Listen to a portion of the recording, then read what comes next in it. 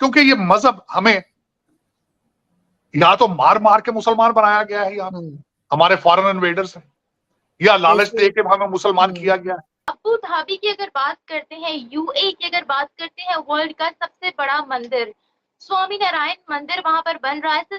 दुनिया के बड़े इस्लामिक देश अबू धाबी में स्वामी नारायण की मंदिर की स्थापना रखी जा चुकी है। 90% मंदिर बिल्कुल तैयार हो चुका है। ये चाहूंगा, हालांकि मैं कंपेयर नहीं करना चाहता, कंपैरिजन बनता भी नहीं आपका भारत के साथ 15 अगस्त, क्योंकि मैं 14 अगस्त की वजह से मैंने मोदी जी की स्पीच सुनी जो उन्होंने लाल किला से दी, रेड फोर्ट से।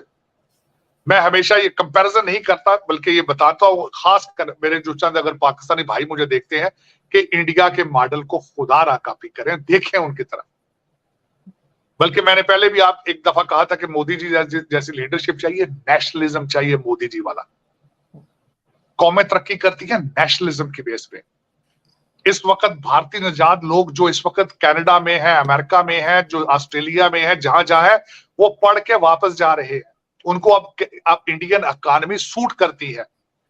उसकी वजह यह है, जब वापस जाते हैं सेविंग ज्यादा होती है भारत के अंदर, अपॉर्चुनिटी, और यही कंपनियां वहां जा रही हैं, इनके पैकेजेस अच्छे हैं।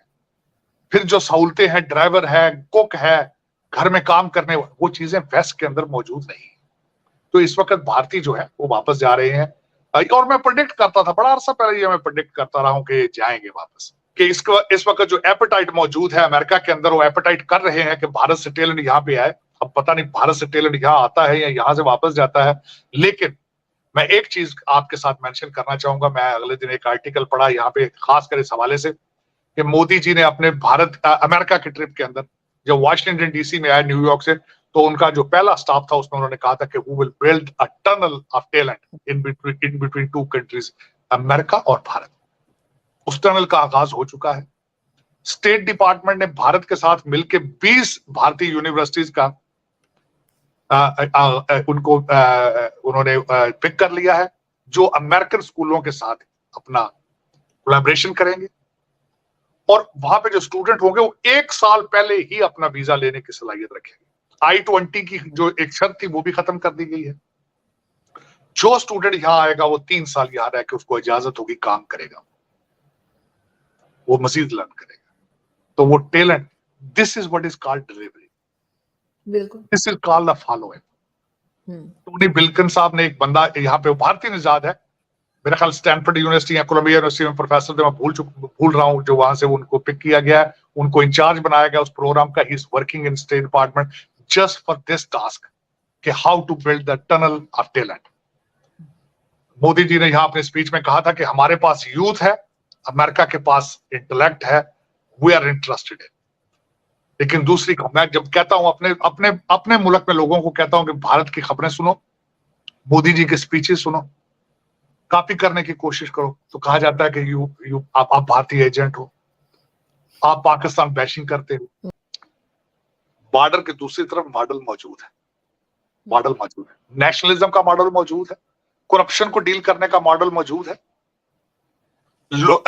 और बाहर से इंपोर्ट बढ़ाने का, एक्सपोर्ट बढ़ाने का मॉडल भी मौजूद है, फॉरेन पॉलिसी का मॉडल भी मौजूद है। लेकिन वहां बात करें तो आप नफरतों में बहुत आगे जा चुके हैं। अबू धाबी की अगर बात करते हैं, यूएई की अगर बात करते हैं, वर्ल्ड का सबसे बड़ा मंदिर स्वामी नारायण मंदिर वहां पर बन रहा है। 27 एकड़ पर मुश्तमिल है ये मंदिर। क्या कहेंगे, इससे पहले भी एक मंदिर की इनॉग्रेशन की गई और अब इस मंदिर की इनॉग्रेशन फरवरी 2024 में हो जाएगी। और एस जयशंकर का एक बयान आता है कि भारत की संस्कृति पूरे वर्ल्ड में फैल रही है और पूरा वर्ल्ड आज हमारे लिए चल रहा है। तो दुनिया के बड़े इस्लामिक देश अबू धाबी में स्वामी नारायण की मंदिर की स्थापना रखी जा चुकी है। 90% मंदिर बिल्कुल तैयार हो चुका है। 2024 में उसका इनॉग्रेशन होगा और लास्ट 2019 की तरह बिल्कुल हमारे श्री नरेंद्र दामोदर दास मोदी जी वहां पर रहेंगे। जिस तरह से हमारे फॉरेन मिनिस्टर वहां पर बिल्कुल इंस्पेक्शन कर रहे हैं, सारी चीजों को देख रहे हैं, डिजाइन्स को देख रहे हैं, वहाँ के आर्किटेक्चर्स को देख रहे हैं, वहाँ के इंफ्रास्ट्रक्चर्स को देख रहे हैं, दीवारों की नक्काशी को देख रहे हैं, जो जिस तरह से तराशी जा रही है उसको देख रहे हैं। और उसके बाद जब वो मंदिर बिल्कुल तैयार होगा तो उसके इनॉग्रेशन में हमारे भारत के प्रधानमंत्री जाएंगे और बढ़ चढ़ करके हिस्सा लेंगे। आज हिंदुस्तान नहीं, इस पूरे विश्व में, इस पूरी दुनिया में हिंदुओं की आइडियोलॉजी से लेकर के हिंदुओं के जो संस्कार हैं, सनातनी धर्म की जो आस्था है, जो उनके रिचुअल्स हैं, जो उनकी सभ्यता है, उसको हर कोई अपनी प्रेरणा में ले रहा है। हमारी बदकिस्मती ये है कि हमारी जो लीडरशिप है वो हमें बताए बगैर ही कर्जा ले लेती है। हमें उस बुराई से मतलब पार्लियामेंट में डिस्कस करें, ये ओपन डिस्कशन होनी चाहिए कि ये हम आपसे जो, क्योंकि इन्होंने तो थोड़े देना है, ये तो अल्ले से लल्ले करके चले जाते हैं। इंडिया में आप देखें, फिर वो कहते हैं जी बातें करते हैं, लो जी उथे मेजॉरिटेरियन है, इज्म है, उधर हिंदू हैं, ये हैं वो हैं। इस वक्त दुनिया की सारी ऑटोमोबाइल्स कंपनी इंडिया पहुंच रही हैं। अभी भी एक इंडिया की जो बड़ी जो एक कार मैन्युफैक्चरिंग कंपनी है वो कह रहे हैं हमने इंडिया को एक्सपोर्ट हब बनाना है। ठीक है जी, आपको पता है इंडिया ऑलरेडी जो है वो जापान को क्रॉस कर चुका है और थर्ड लार्जेस्ट कार मार्केट है इसके बाद, इस वक्त अमेरिका के बाद और चीन के बाद जापान को क्रॉस कर दिया है। और 14% इंडिया की जो ऑटो एक्सपोर्ट्स हैं उसमें इजाफा हुआ है। पिछले साल मेरा ख्याल है कि तकरीबन कोई 6.5 लाख से ज़्यादा गाड़ियाँ जो हैं वो शिप की गई। जापान में आज भी जो है वो ज़्यादा है, लेकिन द क्वेश्चन रिमेन्स कि इतनी ज़्यादा डिस्पैरिटी आप देखें कि दुनिया वहाँ पे जाती है, कहती है एक्सपोर्ट हब बनाएंगे, हम दुनिया में से इन्वेस्टर पकड़ पकड़ के लेके आ रहे हैं, लेकिन साड़ी दाल नहीं पिघलती, साढ़े को समझ ही नहीं आती हाँ केड़े पासे जाना। अब ये जो जिसे वो कहते हैं निसान का मैं देख रहा था, वो कुछ $600 मिलियन की इन्वेस्टमेंट करना चाह रहे हैं, वो कुछ 6 नई गाड़ियां जो हैं वो लॉन्च कर रहे हैं। मतलब वहाँ पे तो तमाम हाई क्वालिटी व्हीकल्स, वो कह रहे हैं इंडिया फर्स्ट जो है वो जो मेक इन इंडिया मॉडल है, साथ में उन्होंने रेड टेप ख़त्म की, करप्शन को नीचे लेके आए, इन्वेस्टर्स को लेके आए, माहौल दिया। आज आप देखें वो कहाँ पे खड़े हैं, फिर वहाँ पे कंज्यूमर भी बहुत ज़्यादा है, मार्केट बड़ी है डेफिनेटली।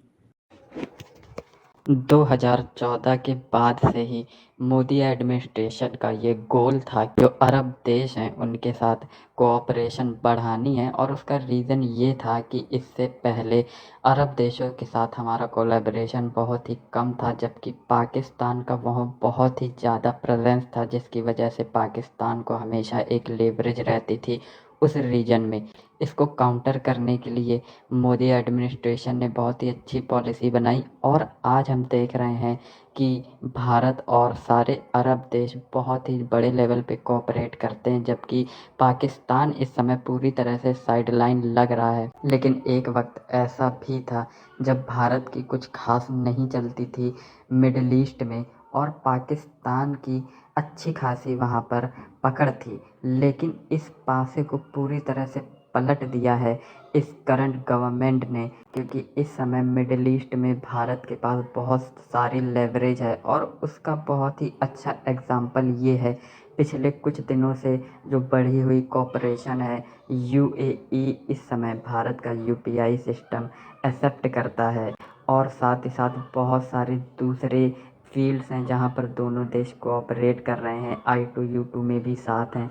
और इसके अलावा पाकिस्तान की बात करें तो पाकिस्तान इस समय बहुत ही ज़्यादा मार्जिनलाइज्ड लग रहा है, और इसका रीज़न है अफ़गानिस्तान से अमेरिका का पुल आउट। हाल ही में जब खबर आई कि यूएई के अंदर एक बहुत ही बड़ा और विशाल मंदिर बन रहा है, इसके बाद पाकिस्तान में पूरी तरह से भूचाल आ गया, और लोगों को ये यकीन नहीं हो रहा था कि कैसे समय बदल गया है, और अब जो जिन्हें वो अपना मुस्लिम बिरादर देश कहते थे, वो भारतीयों के लिए, हिंदुओं के लिए मंदिर बना रहा है, जो कि उनके लिए एक बहुत ही शॉकिंग खबर है।